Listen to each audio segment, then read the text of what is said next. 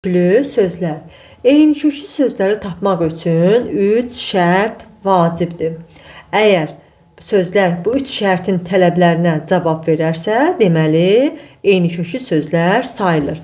Hansılardır o şərtlər? Birinci şərtimiz bir qoyub yazırıq. Sözlər düzəltmə olmalıdır. Düzəltmə olmalıdır.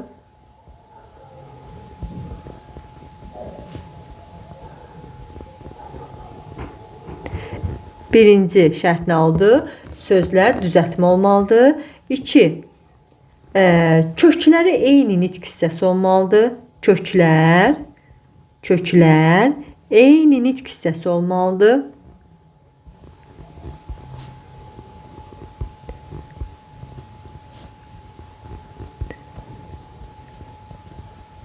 Kökləri eyni nitq hissəsi olmalıdır.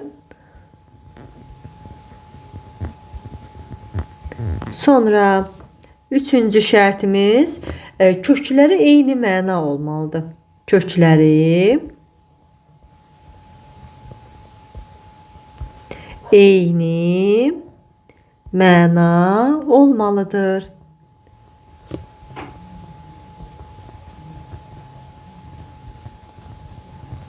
Məsələn, nümunə olaraq bura sözlər yazıram. Yazıram gül, gülçü, güllər, güldan,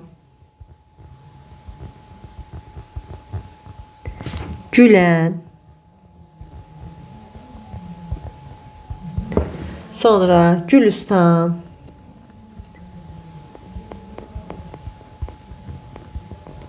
və bu sözlərdən deyir hansılar eyni köklüdür. İndi qaydalarımıza bir baxırıq. Birinci qaydamız nə idi? Düzəltmə olmalıdır. Yəni eyni köklü sözlər mütləq və mütləq düzəltmə olmalıdır. Gülcü sözü düzəltmədir. Leksik şəkilçi qəbul edib. Güldan düzəltmədir. Gülən düzəltmədir. Gülüstan düzəltmədir. Demək, gül düzəltmə deyil. Güllər sadədir. Sonra bu birinci qaydamızı ödədi. Sonra köklər eyni nitq hissəsi olmalıdır.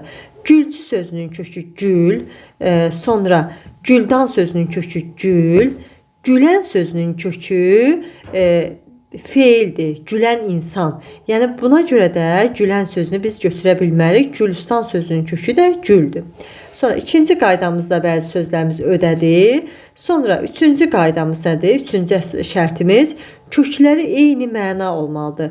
Gülçü, güldan, kökləri eyni mənadır. Gülüstan. Yəni hamısı gül isminə aiddir. Yəni köklər eyni məna olmalıdır.